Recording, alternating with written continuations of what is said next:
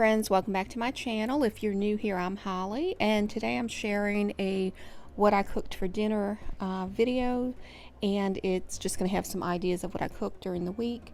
So I have some bell pepper, onions, Worcestershire sauce, New Orleans Cajun seasoning, onion powder, garlic powder, and black pepper. That's usually what I add to my ground beef. And I don't usually add salt to this because we don't use a lot of salt in things that I cooked. We watch our salt intake. But that Worcestershire sauce usually has enough salt in it to make it a little salty. But I have 2 pounds of ground beef, and I'll just add the Worcestershire sauce first. And I usually just add all the other ingredients, and as I add it, then I will mix it up. But I like to layer it, so I kind of add everything, then I'll mix it and add a little bit more. But real easy to make. Any time you make hamburgers, you can add whatever you want. Usually I add a pack of, or half a pack of Lipton onion soup mix to this, and I was out, so I was a little disappointed I didn't have that, but that does add a lot of flavor to it anytime you add that to ground beef.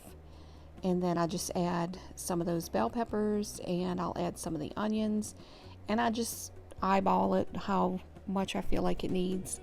Same with the ingredients. I don't measure anything for this, but I'll mix that up, and then I will add those again.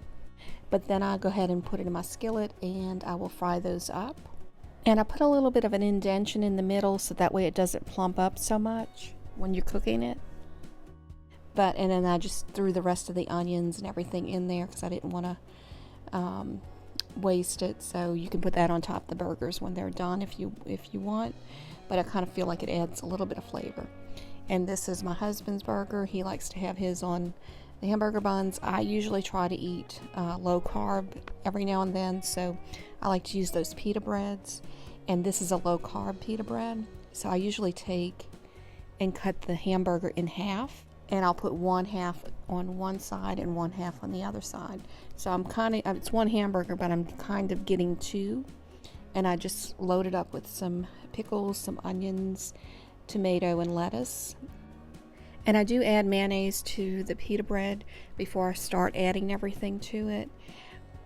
It's really, like I said, makes an easy low carb meal, and it really is delicious.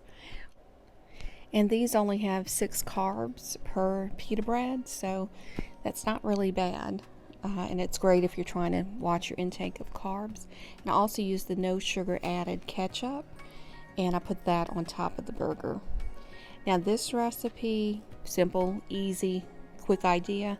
I bought these Pretzels a while back and decided I wanted to try these and see how they tasted, and we really did like this one. And I bought some hickory smoked Cajun style sausage, and I'm going to cut those in pieces.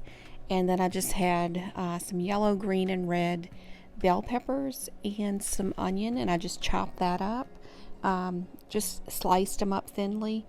And I'm going to use this New Orleans Cajun seasoning. And like I said, this isn't really spicy. It just has a hint of spice, but not overly spicy. And I just add that to the bell peppers and the onions, and you can add whatever type of seasoning that you would like.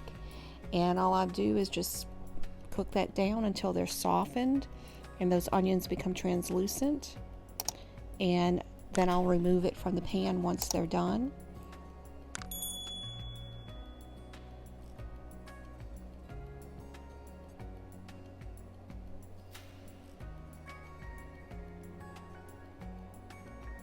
Now I add the smoked sausage, and I like to split them, kind of butterfly them in a way where it's not cut in half, but you can cut it just down the middle without cutting it completely.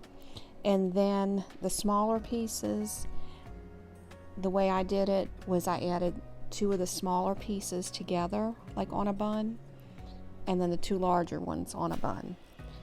And I like my sausage to have a little bit of a crispy crust to it, and that's how I did those. And then all I did was put it onto that Pretzilla. You can put mustard, whatever kind of condiments you like, and then I put the bell peppers on top with the onions. This was really good, really easy, really, quick weeknight meal, definitely. And we really did enjoy those. So those Pretzillas really are pretty good. It just gave it a different flavor than just a regular roll. So if you ever see those at Walmart, check those out.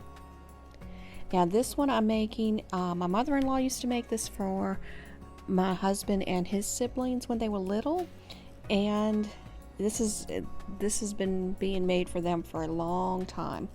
So it's just macaroni and cheese, and I usually use the family size.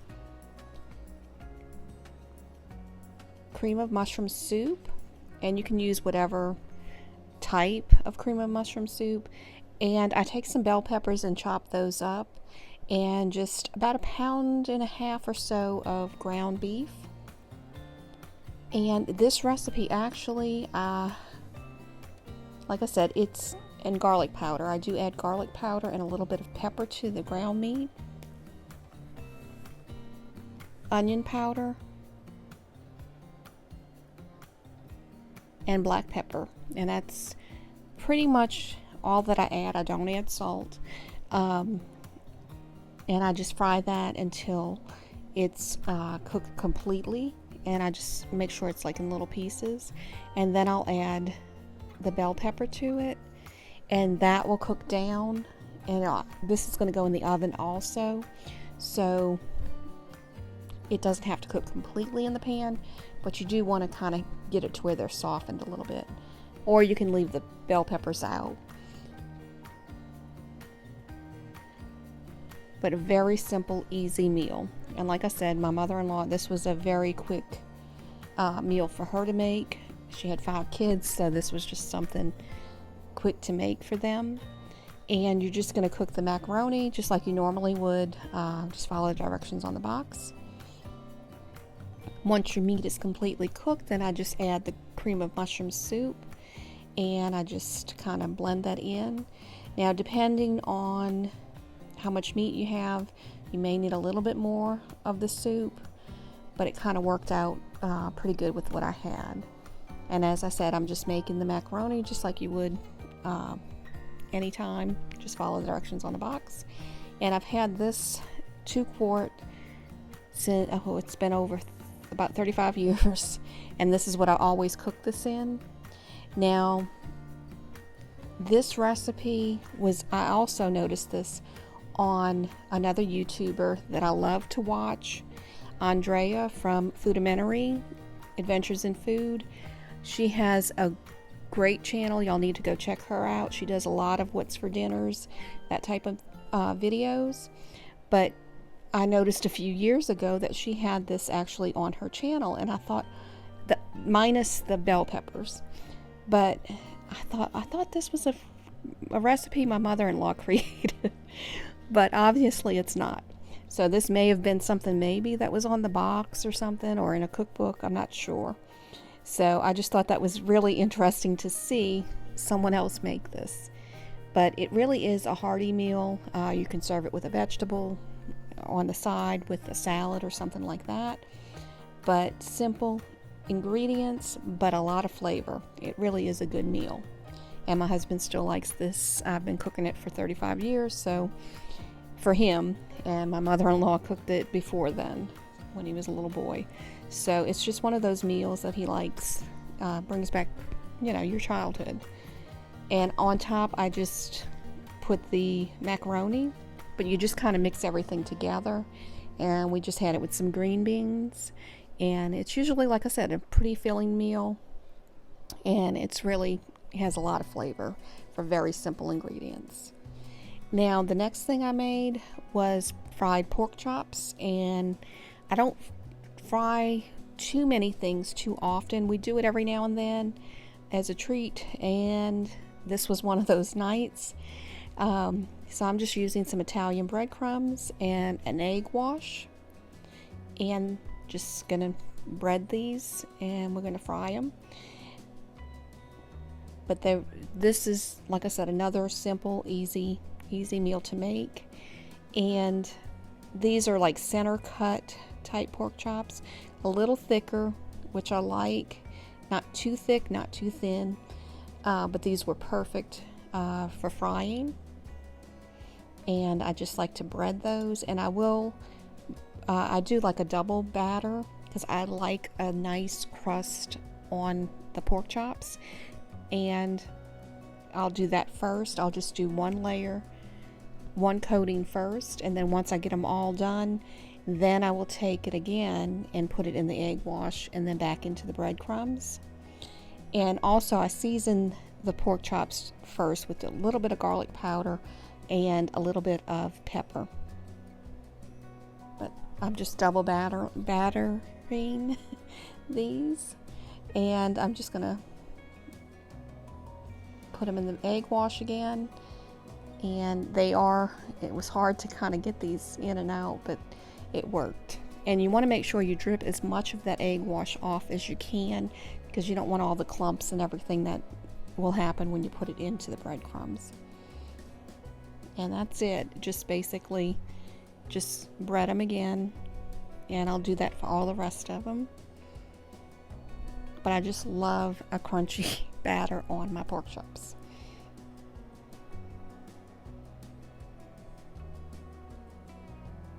And then, like I said, I'll just do that for the rest.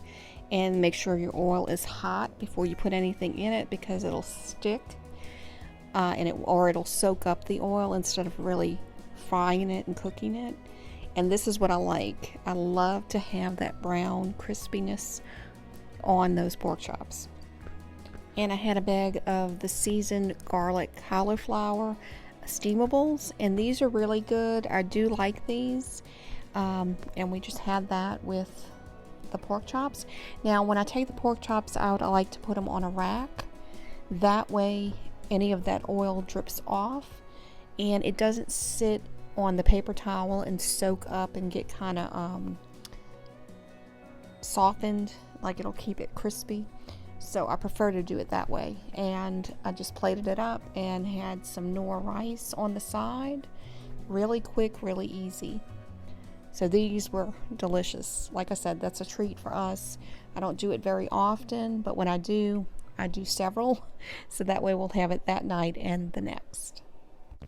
And for this night, we had fried catfish. And my husband actually cooked this. Usually that's his domain as far as whenever we do fried seafood or put anything on the grill, that's what he likes to do. So he does like to cook.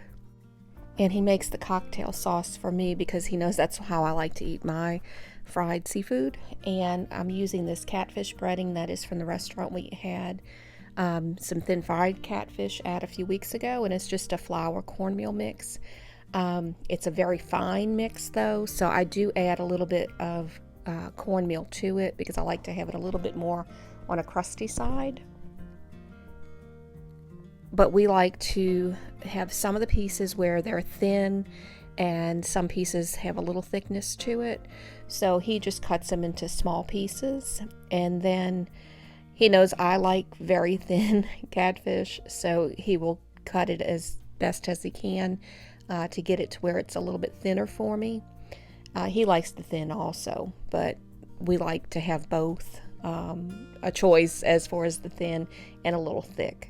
So he's been doing this for years. He's very careful with that knife. It's a very sharp knife, but he knows what he's doing, and he's always careful with it. And you can see he just tries to cut that in half. So he takes one fillet, and then it's just a little bit thinner. And that's just how I like my catfish. And he'll eat it that way as well. And he kind of cuts it on a bias, and it just thins it out just a little bit.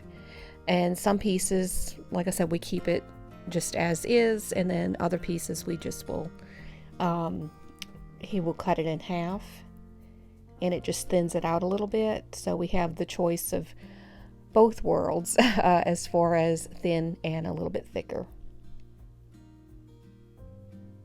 And then we're going to take this pile of catfish and he will start to bread it.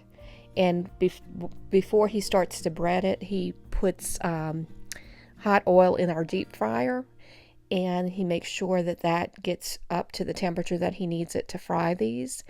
Then he will start to batter them. And like I said, I added a little bit of salt to it because it did need some salt, and just a little bit more of a cornmeal that we use, because like I said, the one from the restaurant is a very fine powdered cornmeal and flour, and I like to have it just a little bit more on the crusty side. I just feel like it gives it a crispier texture.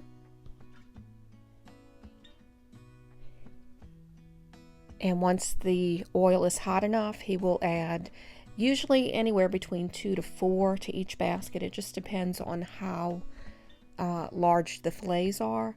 And then he will just cook that until they are crispy brown. And that's how we like it. And I always put it out on a rack once it's done. That way that oil can drip off and it doesn't get soggy and they'll stay crispy. But when he makes the cocktail sauce, he just adds some ketchup and he doesn't measure anything. And this is another thing he's made for years, so it's just, he kind of has an idea of how much to put in. And he puts that horseradish, and that's prepared horseradish. You don't want the sauce, the one that you would use maybe for steaks and stuff. You want the prepared horseradish.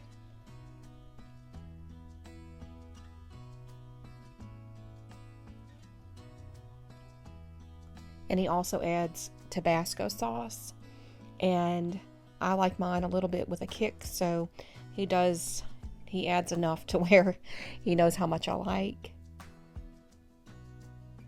And the horseradish has a bit of a kick to it too. And just some real lemon juice. And then once all of that is in there, he will just stir that up and mix everything really well. And usually I'll taste it and see if it's how I like it. And it usually tastes just like it does in the restaurants. And he likes his tartar sauce. I'm not a fan of tartar sauce, so that's why I like the cocktail sauce. And this is what it looks like when we're done. He did a great job, and we love our crispy catfish, especially when we have the thin pieces, or for me anyway. But we had a great meal this night. And you can fry up some fries, anything like that, have it with a vegetable. And we enjoyed this catfish. It was really delicious. And I hope that everyone enjoyed this video. And if you did, please give it a thumbs up. If you're interested in seeing more videos like it, please click that subscribe button and the notification bell. That will notify you when I post new videos. I hope everyone has a blessed day. Great week ahead. God bless y'all.